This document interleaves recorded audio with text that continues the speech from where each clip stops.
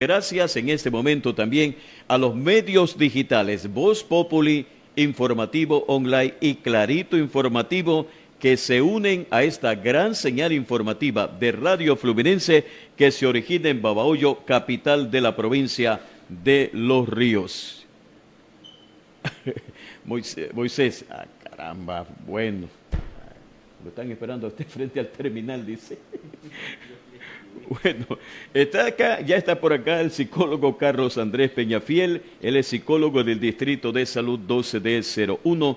Lo tengo como invitado en esta mañana y quiero agradecerle la presencia porque hay un tema que lo hemos escogido considerando que ya se nos aproxima la Navidad, se nos aproxima el fin de año y es cuando la gente le viene la nostalgia, le viene la depresión, porque le falta un familiar, un ser querido falleció ayer, antes de ayer, recuerdan a la mamá, recuerdan al papá, viene la depresión y esto puede llevarlos a la muerte. Psicólogo, buen día, bienvenido. Estas advertencias, ¿cómo se las puede detectar? ¿En qué momento se las detecta? Buen día. Buenos días con todos, muchas gracias por la invitación.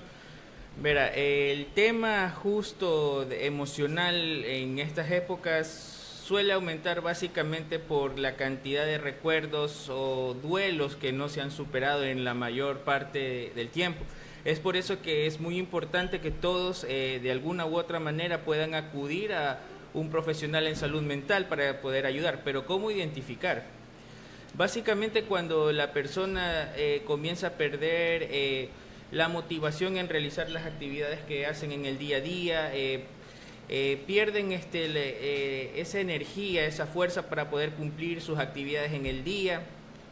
Muchas veces suelen tratar de estar el mayor tiempo acostados o no quererse levantar, o en ciertas situaciones suelen estar incluso escuchando música nostálgica o recordando aquellas situaciones de los familiares, de que ya no se encuentran y todo eso. Es muy clave en esta parte tratar de no juzgar, sino empezar a escuchar y comprender.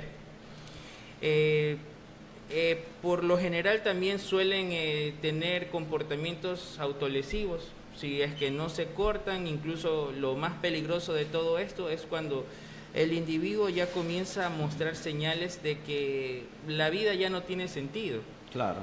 Y cuando eso suceda, eso es lo más urgente, acudir a un centro de salud, o si no, ya en casos de intento, ya netamente un internamiento hospitalario. ¿Por qué? El suicidio siempre es la única muerte predecible, es la única muerte que va a dar señales. El aislamiento, los síntomas reforzados, lo que les había dicho, el aislamiento, la pérdida de intereses, motivaciones, el hablar solamente como que ya no sirvo, ya no quiero estar aquí, tratar de, digamos, de dejar como mensajes en redes sociales y ese tipo de cosas. Entonces tengan mucho cuidado con ese tema, y si ustedes ven alguna persona con esas características, refiéranos lo más pronto posible a un profesional de salud mental. Yo le decía esto al psicólogo porque además de que se puede detectar que tiene ese tipo de problemas, hay otros que muestran alegría, pero por dentro llevan esa tristeza, psicólogo. Por supuesto, eso incluso es lo más peligroso. ¿Por qué? Claro. Yo siempre he tratado de explicarle a los usuarios que cuando uno retiene emociones, esas emociones adentro pudren la manera de ver la vida, pudren la manera de ver a la familia, pudren la manera de ver a los amigos, y incluso pudren la manera de ver el futuro. Cuando eso sucede, prácticamente es un individuo que ha aprendido a retener toda su información, pero más no expresarlo, y eso es una de las situaciones más peligrosas. Ese tipo de personas por lo general es como que un poco más y planifican paso a paso el tratar de hacerse daño. Mi principal recomendación: el silencio no ayuda, más bien el silencio mata. Traten de hablar, si tienen algún problema, si es que no se tienen personas de confianza, por lo menos tratar de buscar la ayuda profesional en una persona totalmente ajena a sus vidas, que les va a dar una atención totalmente objetiva y científica. Eso es lo más importante en todo eso. Psicólogo, yo le comentaba esto porque hace algún tiempo, ya hace unos 7, 8 años, conversé con un amigo, vive en España, pero había llegado a Bahía porque la mamá había fallecido. Bueno, vino al sepelio de la mamá, me encontré con él a los años, fue compañero de colegio Y el papá estaba tranquilo, aparentemente tranquilo, ¿no? Le decían, no lo dejen al papá solo porque ese señor puede hacerse algo. Pero el señor un día le dijo, no, mijo, vaya nomás, coge el carro, vaya nomás, dése una vuelta por ahí, que yo me quedo aquí esperando. A lo que regresa el señor ahorcado. Daba signos de que él estaba bien, mijo, vaya nomás, y a lo que regresa ya estaba ahorcado. Ya, mire, eso es una evidencia tan clara de, mire, una persona que ya haya intentado quitarse la vida, las probabilidades que lo vuelvan a realizar son extremadamente altas. Si esa persona no ha pasado por un proceso terapéutico, el riesgo es muchísimo más alto. Por lo general, ese tipo de situaciones, cuando ya una persona ha sobrevivido y siempre tiene esa percepción de tranquilidad, lo más recomendable, la psicoterapia y que tratar de que la persona no esté solo y tratar de evitar incluso de tener objetos que se puedan convertir incluso en armas blancas y todo eso. Hay que tener mucho cuidado. Todas personas que ha pasado por ese tipo de intentos, por lo menos incluso si ya lleva terapias, debe ser atenciones incluso hasta semestrales, pero por lo general este tipo de personas deben de tener un seguimiento continuo. ¿Por qué? Porque muchas veces, vamos a hablar de esta manera, el suicidio es básicamente como un virus. Una vez que ingresa, comienza a contaminar las áreas que les había explicado, la parte familiar, la parte sentimental, la parte social, la parte laboral, todo eso un poco más y como se enferma. Entonces, en el caso que usted me está hablando específicamente, puede haber una posibilidad de que habrán muchas áreas que él se habrá sentido muy mal, pero nunca lo dijo. Claro. Ya, entonces, y el problema es que entender que el silencio no ayuda, sino que hace mucho daño, el no tener ese grupo de apoyo, el no tener ese seguimiento. Mi principal recomendación también, siempre traten de tener grupos de apoyo, personas con las que puedan conversar, que realmente puedan expresar esas ideas y pensamientos. Muchas veces a nosotros como hombres se nos enseña como que un poco más nosotros no podemos hablar. Penosamente la población masculina a nivel mundial, incluso a nivel nacional, es la que tiene un porcentaje más alto de suicidio, y es básicamente por lo mismo, por no hablar, por no expresar las cosas. ¿Ya? Entonces esa es mi recomendación, nunca se queden en silencio. Psicólogo, vamos a asumir un escenario en ese momento. Imaginémonos el escenario. Un señor se quedó viudo, se quedó en el mismo dormitorio donde pasaba con la esposa. Allá hay unas cosas que la señora no las quiere botar. Le puede influenciar en a lo mejor llegar a un estado de depresión crítico. Por supuesto, porque esto ya se conoce como el duelo patológico. Cuando ya fallece una persona muy querida, en su mente comienzan a haber un tipo de pensamientos ritualistas. No quiero mover el celular que dejó mi esposa ahí. No quiero ni siquiera regalar la ropa porque eso era de mi esposa. Es como una especie de, como que su casa se comienza a convertir en una capilla ardiente. El único detalle, mire, yo trato de enseñarle a los usuarios que de la muerte es lo único que el ser humano no se puede escapar. No sabemos cómo va a llegar, pero eso uno no quiere decir que uno va a vivir pensando en la muerte. Más bien uno tiene que aprender a honrar la memoria de sus seres queridos con buenas acciones. Diríamos más allá, digamos en el plano metafísico, en algún momento vamos a encontrarnos en ese lugar de paz y de tranquilidad, pero mientras tanto nosotros en la tierra tenemos un propósito. Nosotros cumplimos con nuestros objetivos hasta el último momento que respiramos, pero muchas veces es por ese dolor emocional, por los recuerdos, por la cantidad de esquemas y pensamientos que la persona tiene, es que se le dificulta aceptar ese proceso. El ser humano es un ser de adaptaciones, pero muchas veces aquellos recuerdos o situaciones o creer que no se va a poder salir adelante es lo que hace que esa persona se estanque aparentemente en el pasado. Psicólogo, ¿y cuál sería el tratamiento, perdón?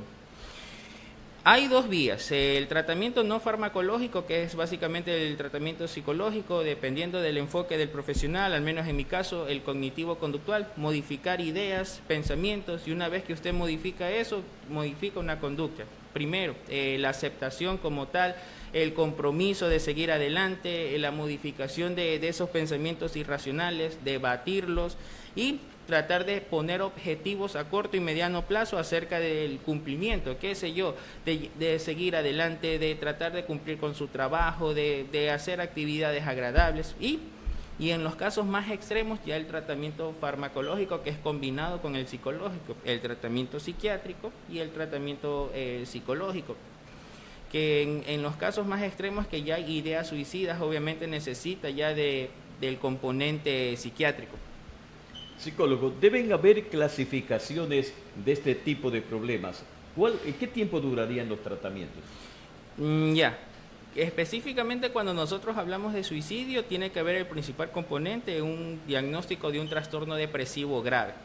Ya, porque a eso es la gravedad es básicamente por la presencia de pensamientos o conductas suicidas. Ya, aunque en ciertos casos también puede presentarse en un trastorno depresivo moderado, pero la principal condición es que solamente esté el pensamiento suicida, más no la conducta, que es la diferencia entre el moderado y grave. De ahí del trastorno depresivo, aunque es leve, no necesariamente tiene que ser suave, sino es básicamente las dificultades que el individuo tiene para realizar actividades laborales, personales y incluso la autocrítica que va generando de aparentemente yo no sirvo, yo no puedo, lo perdí todo, se fue mi familia, murió mi esposa, etc. Adiós mundo cruel y todas esas cosas, ¿no? Psicólogo, ¿y a quiénes afecta más este problema? Por lo general es a todos, tanto hombres y mujeres, a todos nos va a afectar. Solamente que en el tema de suicidio a nivel mundial y con datos de la OMS, el 73% de las personas que mueren por esta dificultad es netamente la población masculina. ¿Ya? La población femenina, en cambio, tiene el mayor porcentaje de intentos, pero no consumados.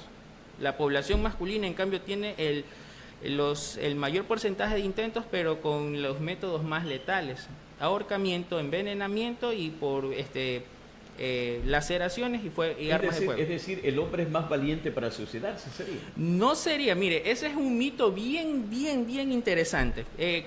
Todo el mundo se ha preguntado, incluso con conversaciones, si el suicidio es cobardía o valentía. Hay muchas perspectivas, pero nosotros tenemos que entender el suicidio como un problema, no como un acto de valentía y cobardía, porque detrás de aquella persona que se suicidó es una cantidad inmensa de problemas que no pudo resolver, que quizás en algún momento trató de querer hablarlo, pero se sintió juzgado, se sintió que no pertenecía en este mundo.